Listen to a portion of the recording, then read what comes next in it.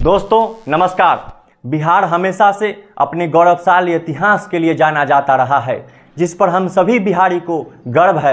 आज कोई भी बिहारी देश और दुनिया में किसी भी मंच पर जाता है तो अपने गौरवशाली इतिहास का बखान कर गौरवान्वित महसूस करता है। लेकिन बिहार की जो वर्तमान हालात है वह बेहद दयनीय है, जिसकी चर्चा हम कहीं नहीं करना चाहते।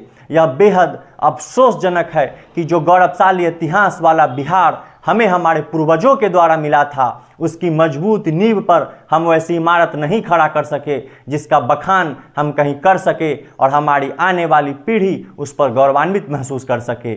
बिहार वह धरती है जहां भगवान महावीर का जन्म हुआ। बिहार वह धरती है जहां कर भगवान बुद्ध को भी ज्ञान की प्राप्ति हुई। बिहार वह धरती है जहां चंपारण में गांधी के नेतृत्व में हुई किसान आंदोलन ने आज़ादी की लड़ाई में अहम भूमिका निभाई। बिहार वह धरती है जहां से शुरू हुई संपूर्ण क्रांति ने तत्कालीन केंद्र सरकार की चूल्हे हिला दी, जिसके नेतृत्वकर्ता जयप्रकाश नारायण एक बिहारी ही थे। बिहार वह धरती है जहां दुनिया का प्राचीनतम लोकतंत्र वैशाली है, जिस पर पूरा देश गर्व करता है। बिहार वह धरती है जहां महान गणितज्ञ आर्यभट्ट का जन्म हुआ, जिन्होंने पूरी दुनिया को जीरो दिया।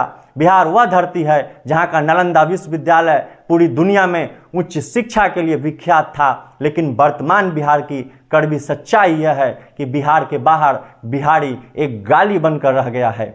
भगवान महावीर की जन्मभूमि, बुद्ध की कर्मभूमि, आर्यभट्ट तथा सम्राट अशोक जैसे विभूतियों वाला बिहार जो कभी देश और दुनिया को दिशा देता था, वह बिहार आज अपने आर्थिक पिछड़ेपन, गरीबी, भूखमरी, लचर शिक्षा और स्वास्थ्य व्यवस्था तथा बेरोजगारी के लिए जाना जाता है। एक समय था जब दुनिया के हर कोने से बच्चे बिहार के नालंदा विश्वविद्यालय में शिक्षा ग्रहण करने आते थे, और आज एक समय है कि उसी बिहार के बच्चे दुनिया के हर कोने में मजदूरी करने जाते हैं।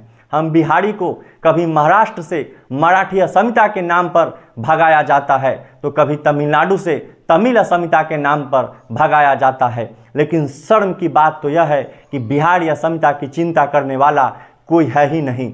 जिस समाज का कर्णधार युवा होता है, आज वह दूसरे प्रदेशों में मजदूरी करने को मजबूर है। वह दर दर की ठोकरें खा रहा है। बिहार के बाहर बिहारी उपहास का केंद्र बिंदु है, और हम भी इसको अपनी नियति मानकर इसके आदी हो चुके हैं। इसके पीछे के कारणों का अध्ययन करें तो किसी को यह मानने में कोई हिचक नहीं होगा कि इसके जिम्मेवार हमारे नीति और नियंता हैं, जो लोकतांत्रिक व्यवस्था में हमारे नेता हैं। लेकिन बात अब राजनीतिक विफलता से आगे जा चुकी है।